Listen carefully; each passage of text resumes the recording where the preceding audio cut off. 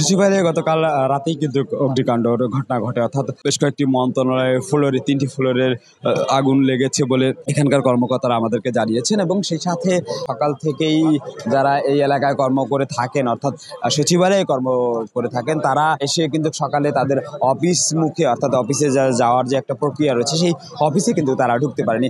একটা সময় বেলা 10:30টার পরে কিন্তু সচিবালয়ে যারা কর্মরত রয়েছেন তারা কিন্তু আসলে সারিবদ্ধভাবে অন্য একটি গেট দিয়ে তারা তাদের কর্মস্থলে প্রবেশ করছেন। আমরা সেই দৃশ্যই দেখানোর চেষ্টা করছি এবং এইখানে আইন শৃঙ্খলা রক্ষাকারী বাহিনীর সদস্যগণ খুবই সুশৃঙ্খলভাবে রয়েছেন এবং যদি একটু দেখানোর চেষ্টা করি, তারা সারিবদ্ধ হয়ে কিন্তু সচিবালয়ে তারা অর্থাৎ তাদের কর্মস্থলে প্রবেশ করছেন। বলা হচ্ছে গতকাল রাতে একটি অগ্নিসংযোগের ঘটনা ঘটে। সেই অগ্নিসংযোগের ঘটনার পর থেকেই ফায়ার ব্রিগেডের যারা কর্মচারীরা রয়েছেন তারা প্রায় 5.5-6 ঘন্টা পরে আগুন নিয়ন্ত্রণে আনে। সেই নিয়ন্ত্রণে আনার পরে থেকেই কিন্তু এখন আসলে তারা সারিবদ্ধভাবে এই সচিবালয়ে প্রবেশ করছেন, তাদের কর্মস্থলে প্রবেশ করছেন।